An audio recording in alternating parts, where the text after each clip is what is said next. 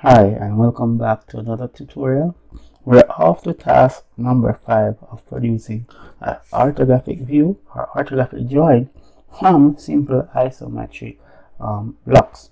Alright, now here we have our image to our left and we're going to be producing our orthographic drawing to our right.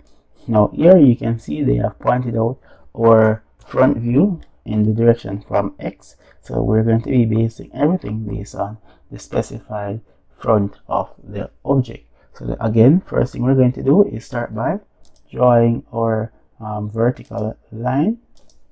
Then we offset that line by 10 millimeters.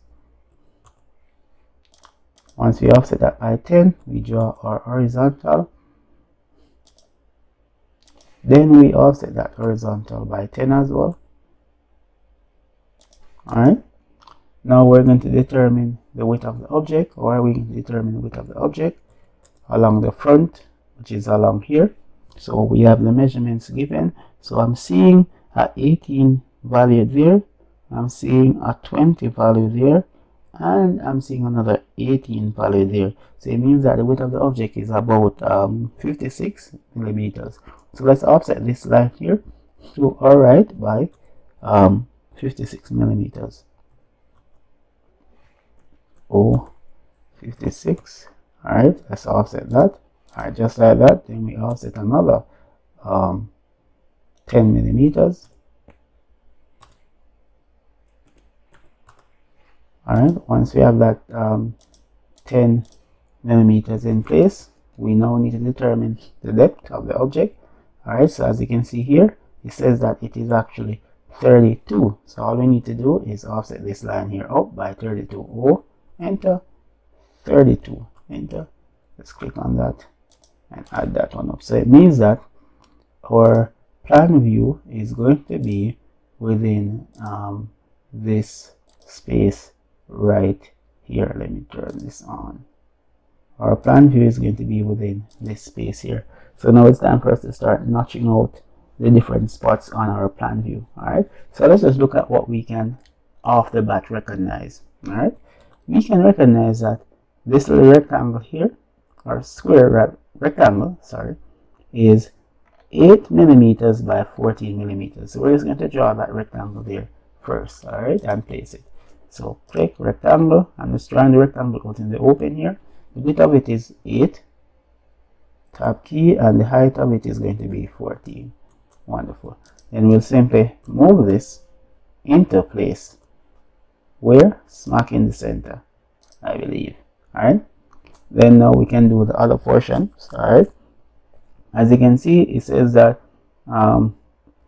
it goes across by 10. So what by 12? So what I'm going to do, I'm just going to do some offsetting, but the option is totally yours, because I've seen persons just simply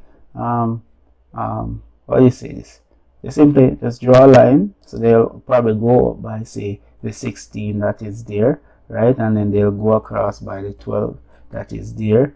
Alright, so some person actually do that. Alright, so the option is yours, how you want to do your thing. Alright, this is just a preference of mine because I like to triangulate my things. Alright, so next thing I'm going to do is do this portion here, which is the 16 millimeters from the back. So let's go with that. So I'm going to offset this line by 16 millimeters. So O, enter, 16 millimeters. Alright, and that will give us some clarity there. Now once I have that in place, I now need to determine where this is here. Alright, now that is a 20 millimeter gap. Alright, so I'm going to be drawing that. Alright, so what I'll just do, I'll simply just draw a horizontal line here, 20 millimeters. Alright, and then I'll probably just place it in the center somewhere along here. Alright, and I'll have those reference points to snap to.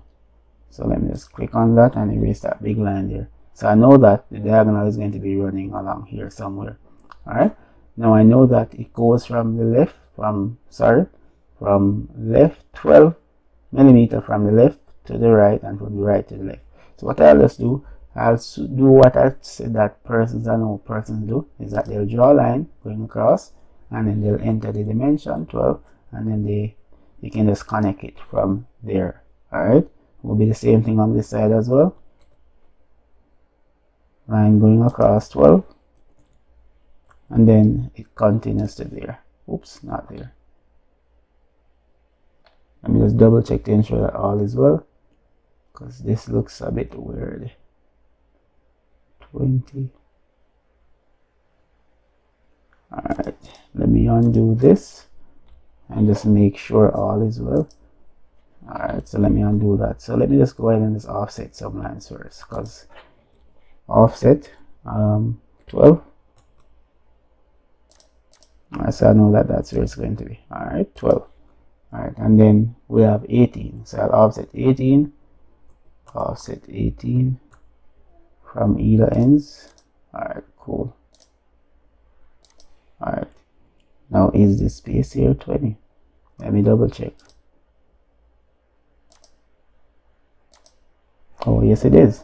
Alright, so let's just draw in those lines. So so we go across. Once there, we go to the front like that, then we go across like that. These lines aren't snapping where they should be. And then we go across to here. Alright, then back across. Alright, and everything now that I've just drawn will now become in detail line. Not in detail, but construction lines. Alright, so it means that I now need to adjust this here to ensure that it is at the right location. Alright, because it seems as if I snapped to this line here. Alright, so believe it or not, that is it. That's the plan view done and dusted. So it's now time for us to do the front view. Alright, in order for us to draw the front view, we need to determine the height of the object. Alright, now based on what we're seeing the thickness of this here, which is 8 millimeters. We can see that right here. And the other height is this one here, which is 16 millimeters. So that gives us a height of 24. So if we go ahead and offset down 24 millimeters right here, and there's some stuff here that needs cleaning up. Let's clean that up as well. Alright, and I'm just filleting, but you can trim. The option is totally yours. Alright, so for our elevation, we can easily just project the lines down, because that's the easiest way. So project lines down from all of these spots here. So for example here, project lines down, here project lines down. Alright, here as well we project lines down, and here as well we project lines down. Alright, so we'll start with that first. Alright, now we need to determine the height of the base, which is what? 8 millimeters. So what are we going to do? We offset this line here up by 8. Alright, so it means that our base is going to be within REC, this space here. Alright, our base is going to be within this space. Now what we now need to do is simply draw in these lines here. Let me just go ahead and just place those on my construction there. Alright, and then I can simply just draw a line down here. Once I have that one in place, I'll simply just copy it to the other location. So with there as my base point, I'll copy it to here, here, and here. And you can always pause and just to see what I'm actually doing. Alright, so that's the base. The only part that is missing is where this little standout portion here, which will simply project lines down from the top here to match that there, and that is going to look like a rectangle. Remember what I said about once you're looking directly at the sloping face, it's going to look like a rectangle. It doesn't matter how big it is or whatever, you're not going to be seeing a triangle or a sloping face. Alright, the only time you see a sloping face is, or a sloping shape, is when you're looking at a triangle from the end view. Alright, so we know that there's going to be a rectangle within this space here.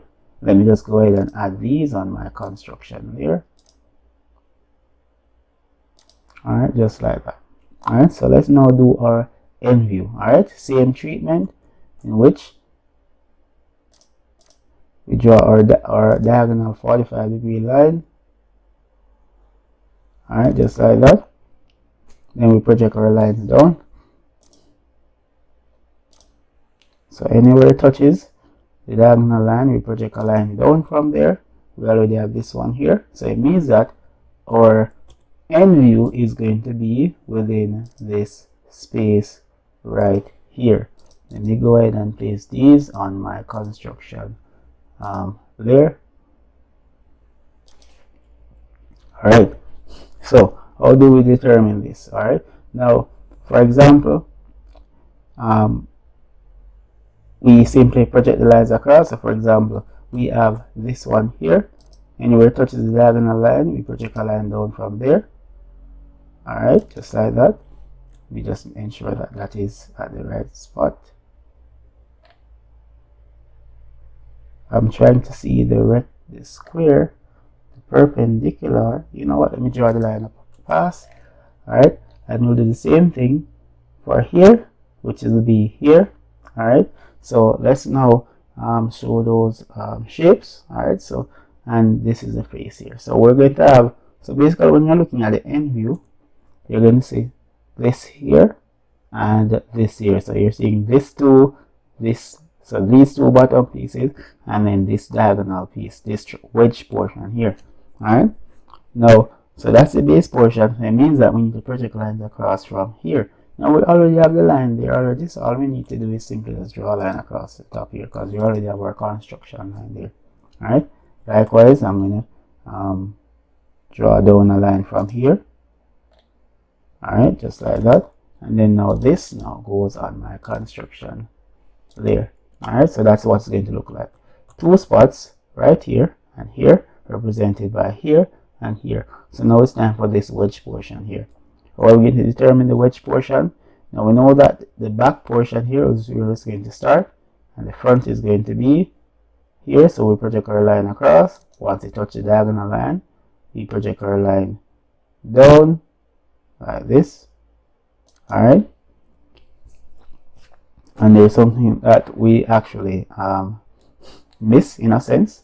That's because we add this 14 piece here, which is basically here, but we didn't get the overall portion where the wedge portion stops, which is actually 24 millimeters away from the back. So if we go ahead and offset, say, let me explode that, this line here by that 24,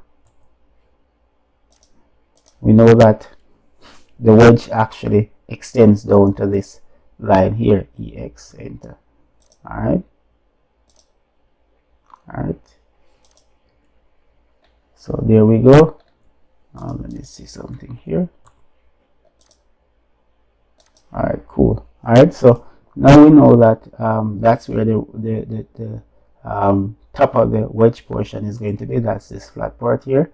We now need to determine the sloping portion. So where is the sloping portion going to be? Alright, again, we simply project lines across. Wherever it touches the diagonal line, we project our line down. And it means that the wedge portion is going to be between these space here. So let me go ahead and place these on our construction layer. Alright, now you recall that there isn't any, if you're looking at the object from the end or either one of the ends, you would not see anything here. So all of this here in this space here will be blank. So this portion that you're seeing here is non-existent. So what do? We add a trim or fillet and get rid of that section. Alright, I'm not sure what's going on there. Alright, boom. Alright, so there we go, and that is the view, none and dusted. Alright, so the only thing that is missing here is the label, annotation, slash dimensions. So let's go ahead and pop those in, as well as the symbol. So let's add our titles first and our symbol. So let's grab onto the symbol. Alright, CP, enter, grab onto that and then place it, because we're doing a third angle projection with the plan being at on top, front view below, and the end view to the left there. That's the end left view. So let's grab our plan notation and our front notation. let's copy those and place them down. Alright, let's place it right there, and let's move these up. Alright, like that, and let's add our dimensions to close things off. So here to here, and let's go to our annotation tab, click continue, then we're right there. Alright, let's do the back, here to here, continue, there and there. Alright, let's do some more for the height, here to here, and let's continue to the top. Alright, then let's do the bottom, here to here, and let's continue. That's right there, there, there, and there. Alright, then let's continue with the other side.